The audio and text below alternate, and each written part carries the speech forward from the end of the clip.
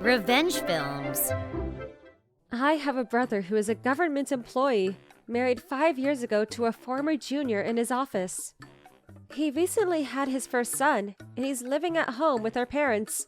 One day, I got a call out of the blue from a stranger. My name is Sam from the lawyer's office. Is this Mrs. Stan's cell phone? Yes, this is, but...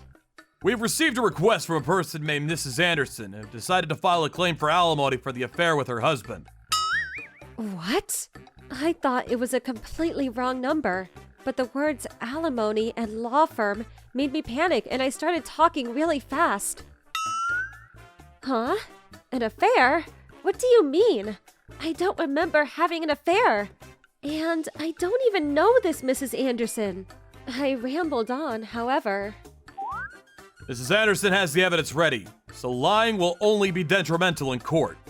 What's with this lawyer? He's too overbearing. I really don't know, and it wasn't me. There must be some kind of mistake. Please stop making strange accusations. And with that, I hung up the phone. It must be some kind of mistake. I don't know anything about infidelity, and I think they got the wrong person. I thought that, but it turns out that things weren't so simple.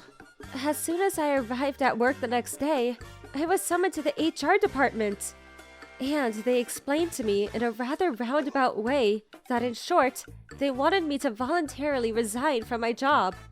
We're gonna have a person who's addicted to dating and also having an affair in our company. They also said this in a roundabout way. I really didn't understand what they meant. I'm not dating or having an affair. I don't remember any of this, and there must be some kind of mistake. I told them that, but no one believed me. Not only that, but word spread throughout the company. I didn't receive any more work, and half a month later, I really had to quit. I always wanted to work for this company, so I worked part-time, went to college, and finally made my dream come true. But it only lasted a year, and somehow the rumors spread throughout the neighborhood. Hey, I heard she's into online dating.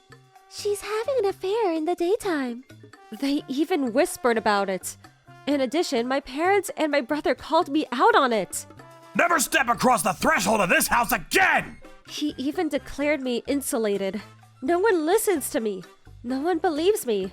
Those days were rough on me, and then I ended up going to a psychiatrist. Half a month after quitting my job, I was holed up in a shabby apartment when a strange man and woman came to visit me. Miss Stan, are you there? Yes, this is she. You look nothing like the pictures! What's going on? When they saw my face, they were surprised and started talking together about something.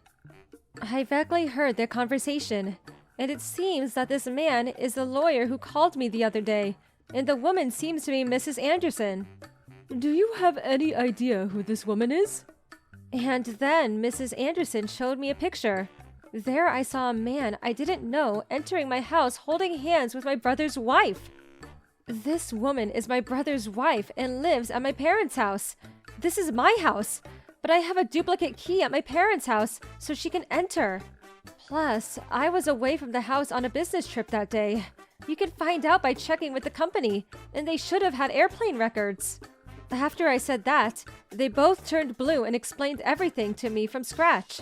And for the first time, it all made sense.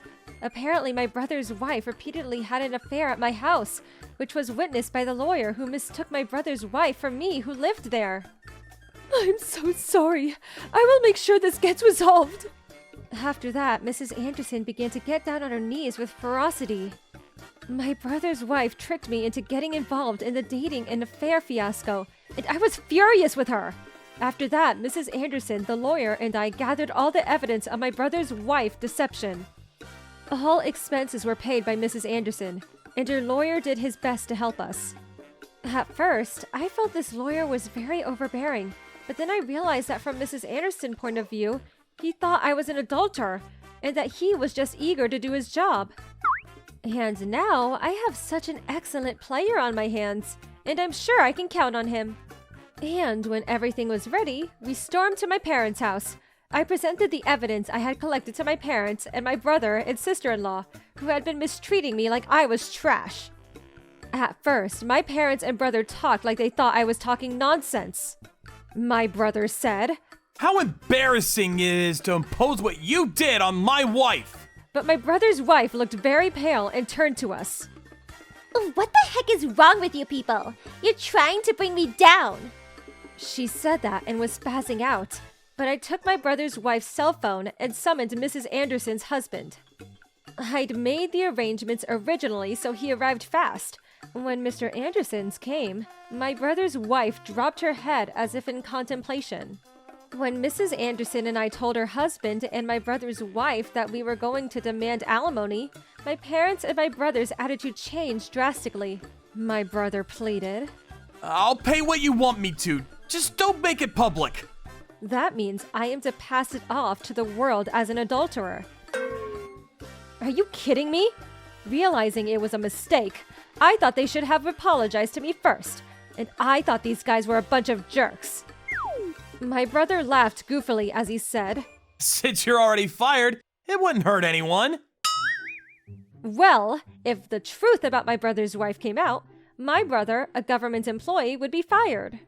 When I saw my brother grinning and trying to make things go away, my mind replayed what they had done to me, and I was filled with anger. Screw you. I lost my job, my dignity as a human being, and even more abused by my own family because of your lousy wife. Your wife was standing beside all of you looking so innocent, and now you want me to live with even more stigma? You've got to be kidding me. I was going to settle the matter out of court, but I was so pissed off that I went to civil court and won the case right off the bat. As a result, my brother was fired from his job.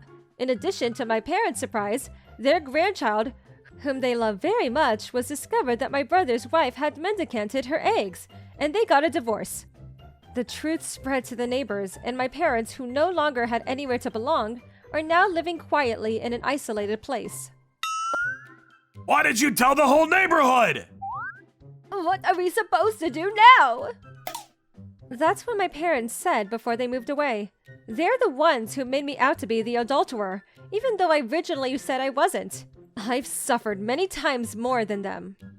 In the first place, the neighbors saw them because they were fighting with my brother's wife, yelling in front of the house. I'm pretty sure that's the reason, but they blamed me again. I don't think I'll ever feel sorry for my parents no matter what their circumstances are, because they didn't apologize to me until the end.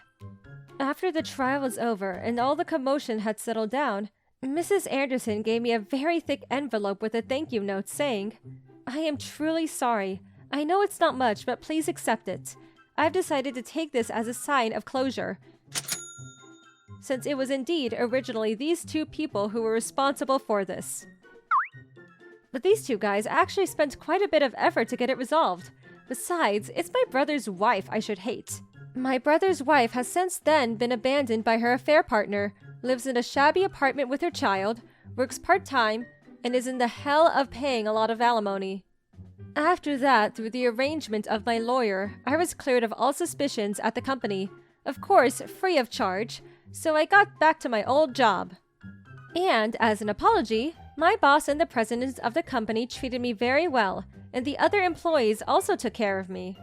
I could afford not to find a job for a year or so because of the alimony from my brother's wife and Mrs. Anderson, but I am grateful to get my job back, even if I hadn't done anything. After that, I got married a year later to the man I was closest to among my colleagues, who cared about me and worried about me in particular. That's what he said when the company and people around me said I was having an affair. You're not the kind of person who destroys people's homes. At the time, I was too occupied to listen to him, but when I thought back on it later, it made me very happy. There was a time when I lost my family, trust, and confidence, and had a mental breakdown. But now, I can live happily with my husband and I can laugh it off. How was today's video? If you enjoyed it, please subscribe, like, and leave a comment. Stay tuned for more.